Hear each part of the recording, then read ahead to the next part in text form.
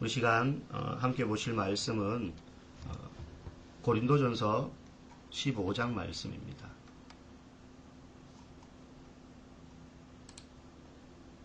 제 목소리가 잘 들리시나요?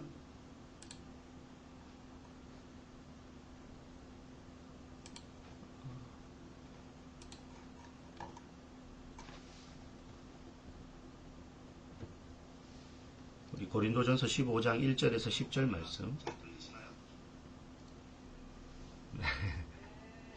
네, 옆방에서 대답을 하네요.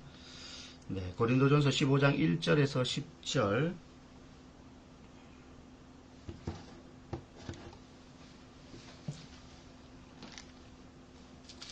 제가 이 온라인으로 이렇게 혼자 지금 뭐 이렇게 이것저것 조작하면서 하려다 보니 좀 많이 서툽니다. 양해해 주시기 바라고, 우리 15장 1절에서 10절까지 말씀인데요. 제가 대신 읽어 드릴 테니까 여러분 눈으로 또 가정에서 소리내서 같이 한번 읽었으면 좋겠습니다. 형제들아, 내가 너희에게 전한 복음을 너희에게 알게 하노니 이는 너희가 받은 것이요 또 그 가운데 선 것이라. 너희가 만일 내가 전한 그 말을 굳게 지키고 헛되이 믿지 아니하였으면 그로 말미암아 구원을 받으리라. 내가 받은 것을 먼저 너희에게 전하였노니 이는 성경대로 그리스도께서 우리 죄를 위하여 죽으시고 장사 지낸 바 되셨다가 성경대로 사흘 만에 다시 살아나사 게바에 보이시고 그 후에 12 제자에게와 그 후에 500의 형제에게 일시에 보이셨나니 그 중에 지금까지 대다수는 살아있고 어떤 사람은 잠들었으며 그 후에 야고보에게 보이셨으며 그 후에 모든 사도에게와 맨 나중에 만삭되지 못하여 난 자 같은 내게도 보이셨느니라. 나는 사도 중에 가장 작은 자라. 나는 하나님의 교회를 박해하였으므로 사도라 칭함받기를 감당하지 못할 자니라. 그러나 내가 나된 것은 하나님의 은혜로 된 것이니 내게 주신 그의 은혜가 헛되지 아니하여 내가 모든 사도보다 더 많이 수고하였으나 내가 한 것이 아니요 오직 나와 함께 하신 하나님의 은혜로라. 아멘.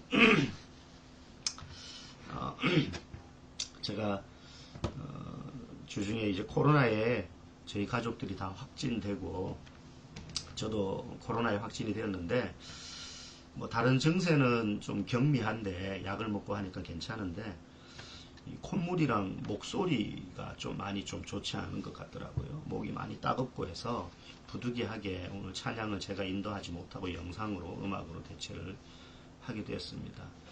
우리 이렇게 쭉 연락을 해보니까 성도분들 중에 이미 이제 많은 분들이 코로나로 또 고생을 하셨던데 저도 피해가지 못하고 이렇게 확진이 되어서 온라인 예배로 드릴 수밖에 없게 된 것을 죄송하게 생각하고 우리 성도분들도 아울러 기도 가운데 건강을 잘 찾으시고 또 챙기셨으면 좋겠습니다.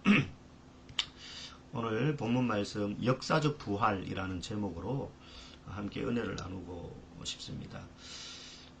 보통 절기설교 그러면 1년에 한 번 우리가 듣습니다. 뭐 성탄절 되면 25일날 12월 25일날 설교를 듣고 또 추수감사절 되면 그날 추수감사 주일날 이제 절기설교를 듣고 또 부활절 이제 다음 주가 우리가 부활절 아닙니까? 내일부터 한 주간 이제 고난주간인데 부활절이 되면 또 그날을 절기로 부활절로 정했기 때문에 사실은 그날 하루만 우리가 부활에 대한 설교를 듣게 되지만 많은 절기들 중에 성탄절도 중요하지만 이 부활절이야말로 우리 그리스도인들의 신앙생활에 있어서 가장 근간을 이루고 또 가장 중요한 의미를 담고 있는 그런 절기라고 할 수 있습니다. 부활절이 특히 그런데 그래서 이번 주 고난주간 다음 주 부활주일이기는 하지만 우리가 다음 주 한 번만 부활에 대한 설교를 듣기에는 너무나 그 의미가 중요하고 또 소중하기 때문에 최소 한 2, 3주에 걸쳐서 부활에 대한 이야기를 우리가 설교를 통해서 좀 함께 나누고자 합니다. 예전에 제가 어떤 남성 신자, 이분 이제 어릴 때부터 예수님을 믿으신 분은 아니고요. 중간에 이제 아내 때문에 교회를 따라오셨다가 예수님을 믿게 되고 또 신방을 하고 저랑 성경 공부를 이제 하시게 되었습니다.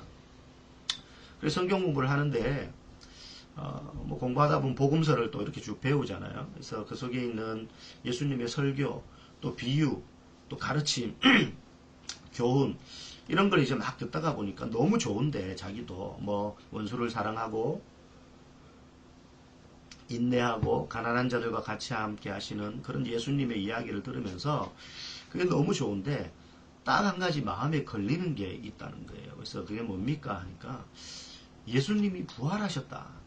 그러니까 예수님의 그 라이프 스토리를 쭉 공부하다 보니 결국 십자가의 죽으심, 이때까지 이분이 되게 은혜를 많이 받으셨어요. 근데 이제 부활에 대한 이야기를 딱 들으시고 난 뒤에는 이게 너무 허황된 이야기 같아서 앞에 배웠던 그런 성경의 예수님에 대한 이야기가 다 좀 거짓말처럼 느껴진다는 거예요. 그래서 자기가 고민이라는 거예요. 앞에 내용 너무 좋았는데 도전이 되고 참 감동이 되었는데 예수님이 십자가에 죽으셨다가 3일 만에 다시 살아나셨다. 이 이야기가 내가 생각할 때 너무 황당하다. 좀 허황된 이야기 같다. 그런 이제 이야기를 함께 나눈 적이 있습니다. 여러분, 우리가 성경에 나오는 어떤 기적에 대한 사건들을 설교로 들을 때 사실 우리 대부분은 교회를 오래 다니다 보니까 그 일이 실제 있었던 일인지에 대해서는 크게 고민해보지 않고 듣습니다. 그리고 그 기적의 사건이 우리에게 주는 교훈, 의미 이런 것들에 많이 집중을 하죠.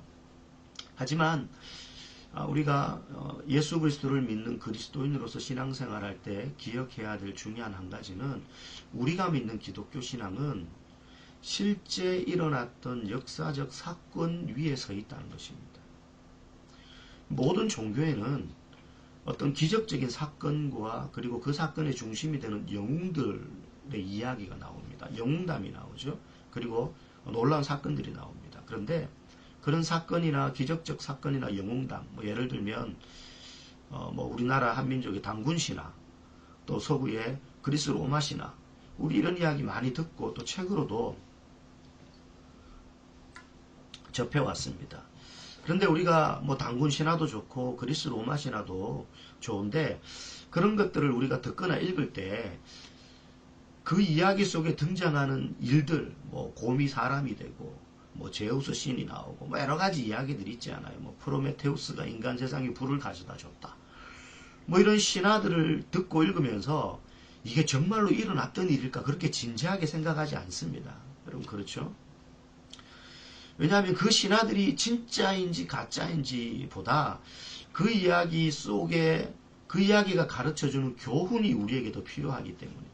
그래서 단군 신화라든지 그리스 로마 신화를 가르치기도 하고 또 전하는 사람들도 그 일이 실제 일어난 일이라고는 믿지 않습니다. 단지 그 신화들이 주는 메시지나 교훈을 통해서 우리가 얻을 수 있는 것들, 사랑해야 된다, 정의롭게 살아야 된다, 또 남을 위해 희생하는 인생이 중요하다, 이런 교훈들과 가르침에 우리가 집중하지 그게 진짜 있었던 일이냐 아니냐 그런 것에 대해서 우리는 크게 관심을 기울이지 않습니다. 그런데 그런 다른 종교들과 달리 기독교만은 성경 속에 나타난 대부분의 사건, 모든 사건들이 신화나 전설이 아니라 실제로 있었던 사건이라고 다 주장을 해요. 노아의 방주는 가짜고 예수님의 십자가 죽으심은 진짜다.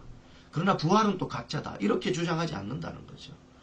기독교만은 성경에 나오는 신구약의 모든 놀라운 사건들이 역사 속에 실제로 일어난 일들이다라고 한 채의 양보도 없이 주장을 합니다. 그래서 단군 신화니 그리스 로마 신화니 타 종교의 기적들을 가지고는 진짜니 가짜니 그런 논쟁하지 않지만 기독교에 대해서는 지금까지도 그런 논쟁이 끊이질 않습니다. 왜냐하면 그 신화를 진짜라고 하는 그 말을 믿을 수 없는 사람들이 있기 때문이죠. 많은 것들이 있지만 그 중에서 오늘 우리가 이야기할 부활 사건이 그렇다는 거죠. 부활 사건을 믿지 않는 사람들, 어떻게 사람이 부활할 수 있냐 라고 말하는 사람들은 이렇게 말합니다. 성경 전체를 그들도 부정하지는 않기 때문에 부활은 실제로 일어났는지 일어나지 않은지 그건 중요하지 않다. 다만 그 부활 사건이 우리에게 주는 의미와 교훈이 중요할 뿐이다. 이렇게 가르칩니다. 하지만 성경은 다르게 말합니다. 부활 사건에 대해서 이렇게 말해요. 성경은 여기 예수님께서 역사 속에서 당신을 위해 이룬 일이 있는데 그게 바로 부활 사건이다. 역사 속에 실제 일어난 일이다. 부활사건은. 교훈만 얻으면 된다는 뜻이 아니라 교훈은 그 다음이고 부활사건이 실제 사건이라는 것을 믿어야 된다는 거죠. 만약에 세상 사람들이 이야기하는 것처럼 부활사건이 실제 일어났던 일이 아니고 거기에서 우리가 희생과 사랑과 희망 같은 교훈만 본받으면 된다라고 우리가 만약에 생각한다면 지금 우리가 믿는 신앙에는 심각한 문제가 생깁니다. 무슨 문제가 생기느냐. 일단 예수님은 우리의 구원자가 아니라 그저 정의롭게 살고 사람들을 위해서 희생하며 또 미래에 대한 소망을 가르치신 인간 스승에 불과하게 될 뿐이라는 거죠. 우리의 영혼을 구원하시는 분이 아니라 이런 좋은 교훈을 가르치신 인류의 선생님 정도밖에 안 된다는 거예요. 예수님의 십자가와 부활이 그저 사랑과 희생의 삶을 살아가라 그런 교훈을 주는 것뿐이라면 우리가 믿는 이 기독교에서의 구원은 우리가 그런 삶을 살아내서 희생하고 사랑하는 삶을 열심히 살아낸 그 노력의 대가로 얻어내는 어떤 진리와 구원을 얻어내는 이걸 이제 자력갱생이라고 말하거든요. 내 힘으로 진리를 찾는 내 힘으로 구원을 얻게 되는 그런 종교에 불과하게 될 뿐이라는 것입니다. 그런데 우리가 믿고 알고 있기로 구원은 내 힘으로 얻는 게 아니라 예수 그리스도의 십자가 구원으로 말미암아 얻어지는 은혜의 선물이거든요. 그래서 부활사건이 실제로 있었던 일이 아니라 그 안에서 희생과 사랑의 삶을 살아야 된다는 교훈만 얻게 된다면 그런 문제가 생기게 된다는 겁니다. 다른 종교에서 가르치는 것, 사랑하고 정의롭게 살아라, 가난한 자들을 도와줘라, 이런 거 가르치는 정도에 불과한 종교가 기독교가 돼버리고 만다는 겁니다. 그래서 오늘 본문에서 바울은 그 모든 부활사건을 부정하는 이들에 대해서 어떻게 증거하는지 우리가 짧게 살펴보려고 합니다. 우리가 10절까지 읽었지만 14절 말씀 우리 여러분 가정에 계시지만 한 목소리로 한번 읽어보도록 하겠습니다. 시작. 그리스도께서 만일 다시 살아나지 못하셨으면 우리가 전파하는 것도 헛것이요 또 너희 믿음도 헛것이며. 여기 보니까 헛것이라는 말이 나옵니다. 헛것. 그리스도께서 부활하지 아니하셨으면 우리가 전하는 게 다 헛것이 된다는 거. 이 헛것이다 라는 말에 이 헬라어 원문이 능력이 없다 이런 뜻이에요. 다시 말해서 부활사건이 만약에 실제로 일어난 일이 아니라면 우리가 희망을 잃지 말라, 불의에 맞서 싸우면 결국 승리한다, 믿음으로 기도해라, 이런 말들이 아무 능력 없는 의미 없는 가르침이 되어버린다는 거예요. 예수님이 실제로 부활하셨기 때문에 우리가 이 땅에서 선하게 살고 인내하고 정의롭게 살아야 된다는 게 의미가 있게 되는 것이지, 만약에 부활사건이 거짓말이라면 그런 가르침조차도 다 의미 없는 능력 없는 헛것이 된다는 겁니다. 그래서 부활사건이 실제 사건이라는 것이 너무너무 중요한 거예요. 여러분은 어떻게 믿습니까? 그냥 목사가 앞에서 그동안 예수님 부활하셨습니다, 그렇게 말해왔으니까 부활하셨는가 보다, 혹시 여러분 그렇게 생각하고 있지 않으세요? 아니면 세상에서 이야기하는 것처럼 예수님이 십자가에 죽으시고 시간이 흐르면서 실제로 예수님은 부활하지 않으셨지만 제자들이 퍼뜨린 거짓말, 예수님이 부활하셨다는 거짓말이 전설처럼 떠도는 것을 성경책으로 만들었다고 혹시 생각하지 않으십니까? 그렇게 주장하는 학자들이 오늘날에도 여럿 있습니다. 오늘 이 본문을 통해서 부활이 역사적으로 실제 있었던 사건이었다는 증거 몇 가지를 우리가 함께 나누고자 하는데, 첫 번째 우리 1절 말씀 다시 한번 읽어보도록 하겠습니다. 시작. 형제들아, 내가 너희에게 전한 복음을 너희에게 알게 하노니 또 그 가운데 선 것이라. 아멘. 그리고 3절도 우리 한번 읽어보겠습니다. 시작. 내가 받은 것을 너희에게 전하였노니 이는 성경대로 그리스도께서 우리 죄를 위하여 죽으시고. 여기 보니까 바울이 고린도 교회 교인들에게 내가 받은 것을 너희에게 전했다라고 말합니다. 내가 받은 것이 무엇이냐? 내가 받은 것이라는 건 그 뒤에 이제 3절 후반절부터 7절까지 쭉 나오는 내용. 예수님이 십자가에 죽으시고 부활하셨다라는 이 복음의 핵심. 이걸 바울도 들어서 알았다. 이게 받은 것이다 라고 표현하고 이걸 너에게 전했다라고 말합니다. 자, 오늘 우리가 읽은 이 고린도전서는요. 예수님이 죽으시고 난 다음에 불과 사후 15년에서 20년 정도 사이에 쓰여졌어요. 그러니까 예수님이 죽으시고 20년 안쪽에 되는 기간에 고린도전서가 바울에 의해서 쓰여진 겁니다. 그런데 바울이 지금 뭐라고 말합니까? 이미 이 고린도전서를 쓸 시기에는 고린도 교회 교인들조차도 다 알고 있을 만큼 예수님의 부활 사건이 다 널리 퍼져 있었다는 거예요.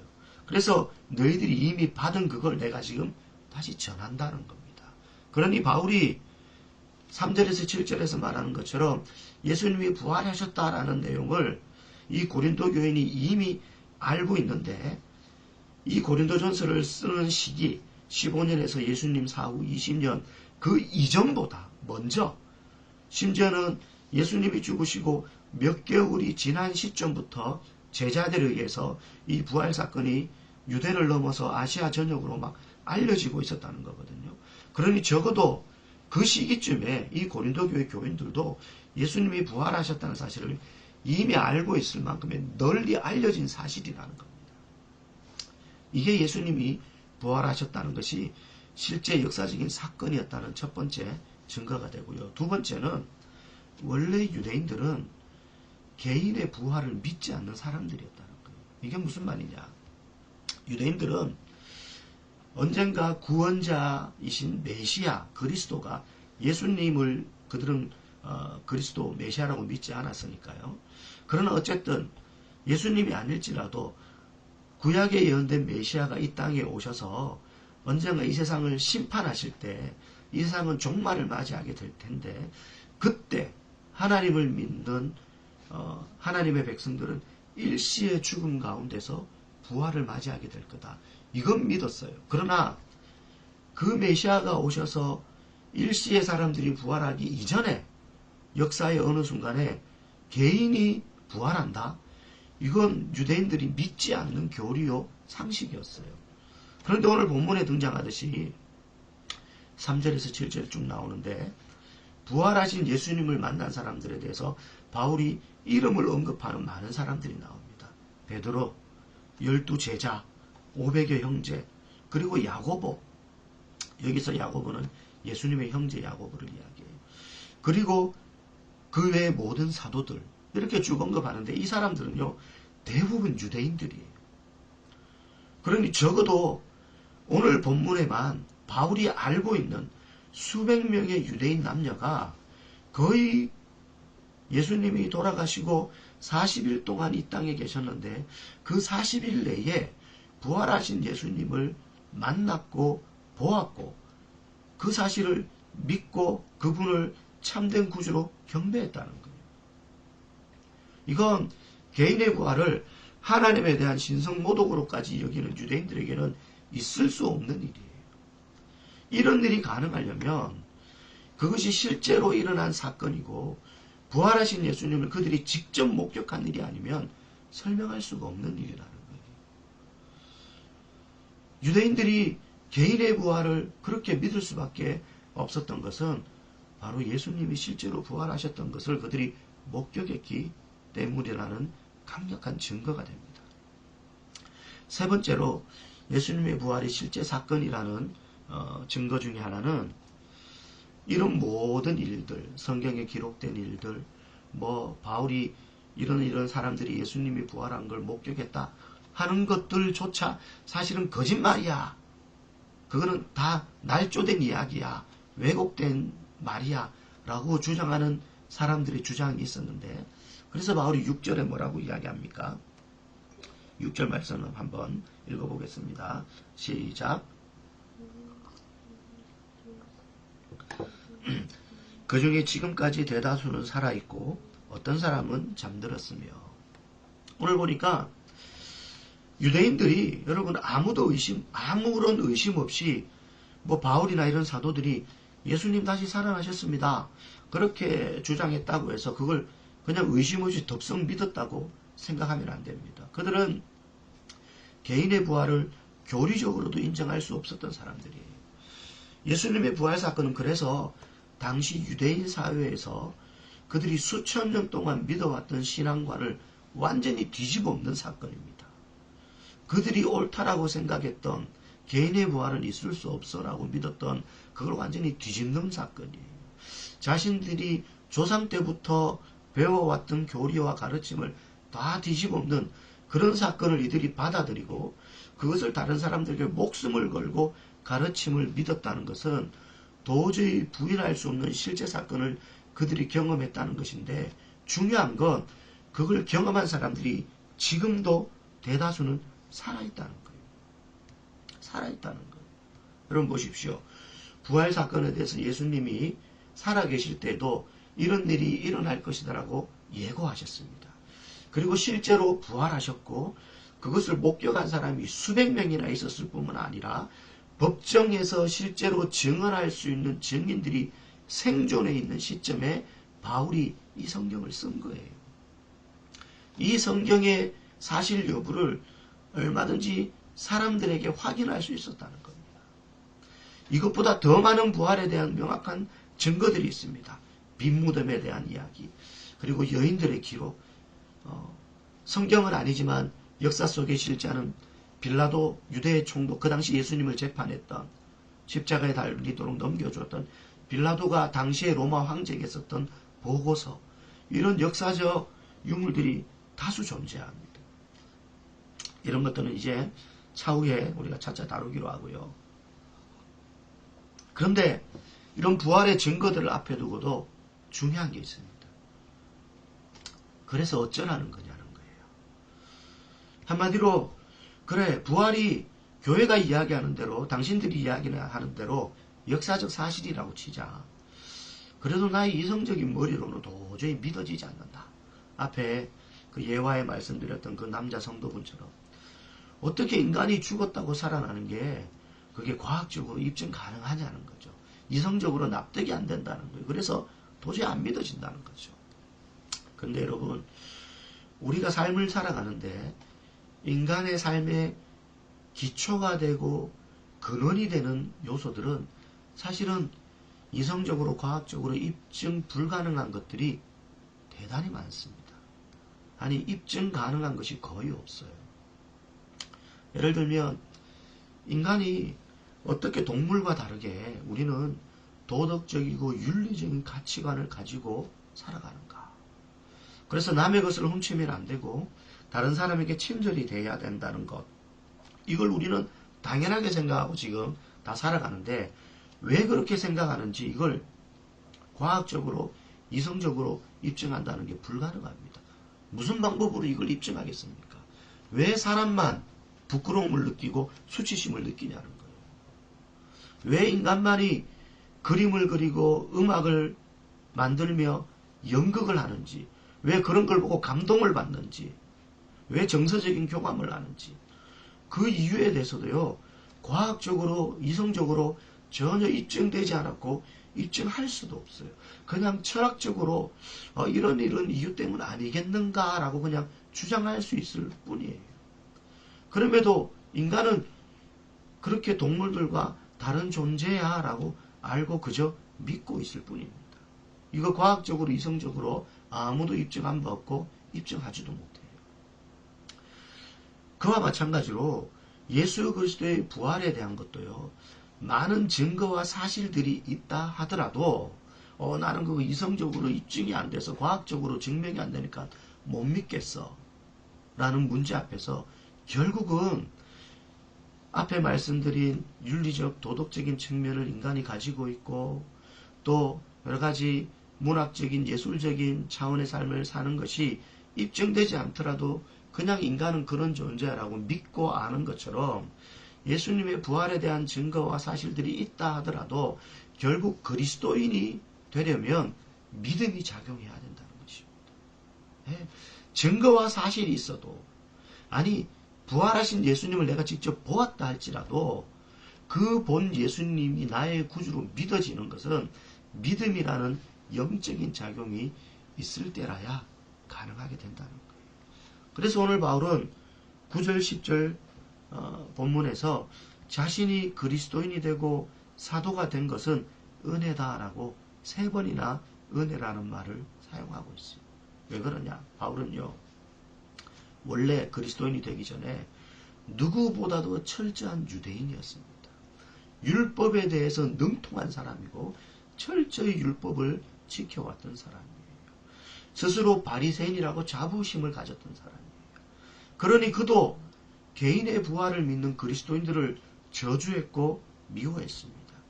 그래서 그들을 죽이는데 앞장설 만큼 자신이 배워온 유대인들의 교리와 또 헬라의 지식, 여러분 헬라의 지식이라는 건 당대 최고의 선진 학문을 바울은 배우고 있었다는 거예요. 그런 자부심과 자신감이 있는 사람이 바울이었어요.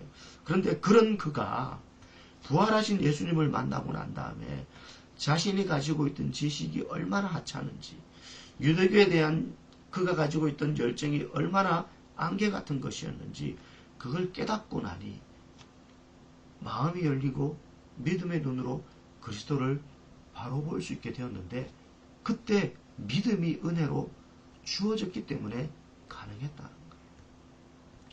그래서 바울은 내가 은혜로 내가 나 된 것이다. 내가 오늘의 나가 될 수 있던 것은 바로 하나님의 은혜 때문이다. 다르게 말하면 믿음 때문이다 라는 것입니다. 결국 부활 사건은 믿음을 은혜의 선물로 받은 자에게 실제적 사건으로 다가오게 되고, 그때 비로소 성경에 있는 모든 내용이 진실이며 그리스도께서 살아계신 하나님의 아들로서 나의 구세주가 되심을 믿을 수 있게 되는 것입니다. 여러분, 이게 그래서 얼마나 큰 은혜인지 몰라요. 배운다고 해서 누가 설득력 있게 설명하는 걸 듣는다고 해서 되는 게 아니라 믿어지는 은혜가 임해야 되는 것입니다. 저와 여러분들은 그 은혜를 입은 사람들이라는 것을 여러분 기억하시기 바랍니다. 그래서 오늘 바울처럼 내가 나 된 것은 하나님의 은혜로 된 것이라는 이 고백이 우리 모두의 신앙의 튼튼한 기초가 되어서 오늘도 이 부활의 역사적 사건이 우리의 신앙의 근간으로 자리 잡을 수 있기를 주님의 이름으로 간절히 축복합니다.